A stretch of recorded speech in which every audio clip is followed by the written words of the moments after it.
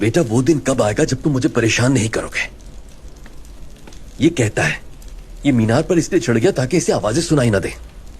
क्या फिर गैबी आवाजें तंग कर रही हैं? मेरे बच्चे लोगों की बुरी नजरें तुम पर लगी हैं। अल्लाह, किसने कर दिया जादू मेरे बच्चे पर? उफ।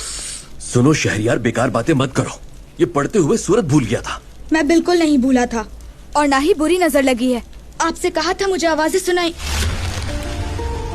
नहीं, ऐसी कोई बात नहीं।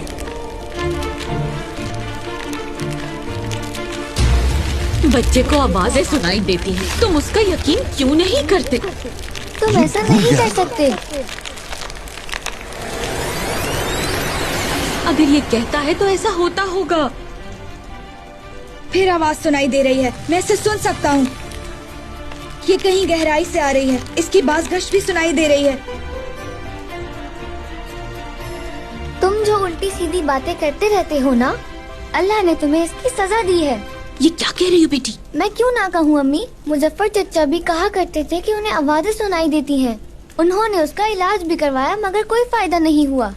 बाद में वो सब कुछ भूल गए। वो कहते हुए मैं मवेशी हूँ, कसाई के पास चले गए। हाँ, उनके साथ भी यही मसला था, है ना?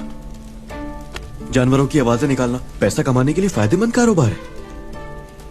दादा भी कहते हैं कि उन्हें आवाजें सुनाई देती हैं और बाज दफा वो भी भूलने लग जाते हैं। भाई, अगर तुम्हारा भी यही अंजाम हुआ तो फिर क्या होगा?